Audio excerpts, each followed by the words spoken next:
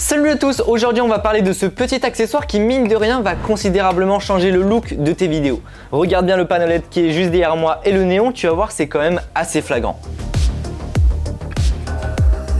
Tu vois, c'est quand même fou ce que ça ajoute, les lumières sont beaucoup plus diffuses, tu le vois juste derrière moi et l'image paraît beaucoup plus douce. Ça, ce que je viens de mettre sur mon objectif, c'est ce que l'on appelle un filtre mist. Pour faire simple, c'est un filtre de diffusion. Ça va te permettre d'avoir une image où les sources de lumière sont beaucoup plus diffuses. On va retrouver même une sorte de halo lumineux, comme tu peux le voir juste derrière moi. Mais ça va également avoir un effet sur le contraste, tu auras moins de contraste dans ton image. En bonus, comme ton image est moins contrastée et elle est plus diffuse, eh bien ça va avoir un effet sur la peau, sur les visages. Tu vas avoir une peau qui est beaucoup plus douce et on verra moins les traits du visage. Tout ça réuni, c'est ce que l'on pourrait appeler finalement un look cinématique, parce que oui, ces filtres sont très souvent utilisés au cinéma et ça se repère très simplement sur un coucher de soleil ou la nuit par exemple quand il y a des lampadaires, puisqu'on va avoir une image beaucoup plus diffuse et une sorte de halo lumineux sur ces sources-là. Donc tu l'auras compris, ce genre de filtres sont très souvent utilisés en vidéo, en cinéma, mais ça marche aussi très bien en photo. Alors il faut savoir que ce genre de filtre en général coûte quand même assez cher.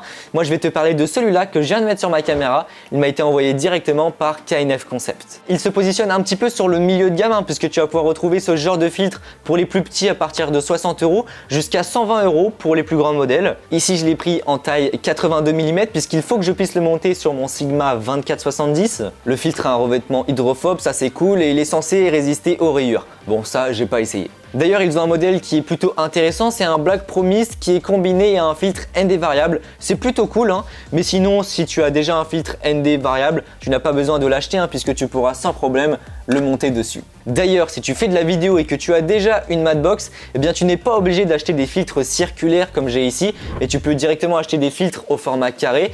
Comme ça, tu pourras directement installer ça dans ta Madbox si elle a un porte-filtre. Les filtres de diffusion, les filtres mist, ont une échelle d'intensité. Plus tu avances dans les chiffres, plus l'effet sera prononcé.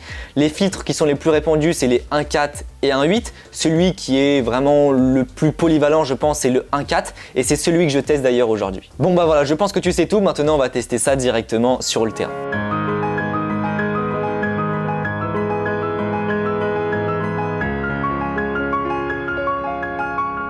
Bon, je pense que tu as vu les extraits juste avant, j'ai pas besoin de te montrer beaucoup d'exemples tellement c'est flagrant. Alors après, ça le sera plus ou moins en fonction de tes sources de lumière et de ta scène. On va commencer par ces deux photos que j'ai pu faire. Bon, il n'y a rien d'exceptionnel, mais voilà, c'est juste pour te montrer le rendu que l'on pourrait avoir avec des phares de voiture.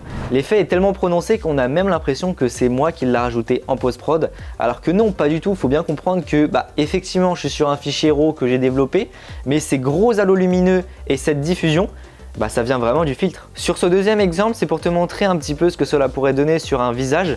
Là encore une fois, c'est quand même assez flagrant.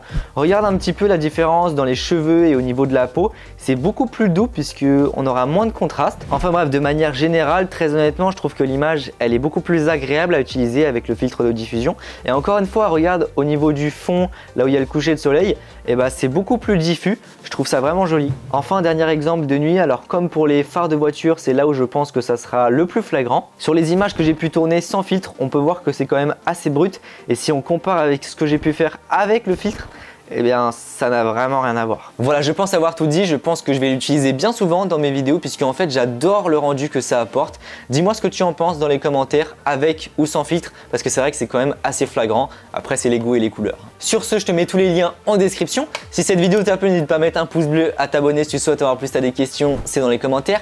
N'hésite pas à me suivre sur Instagram et à partager cette vidéo, ça me soutient vraiment.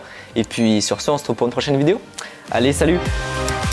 Salut à tous, aujourd'hui on se retrouve pour un nouveau concept de vidéo que je pense va être super intéressant à développer. Je sais qu'elle est sur Instagram, tu le sais sûrement, mais je peux pas te dire plus dans la photographie animalière, sport et la photographie macro qu'on va voir aujourd'hui. Alors en réalité, j'ai fait qu'une seule session photographie macro. Aujourd'hui, je te retrouve ensemble pour ma deuxième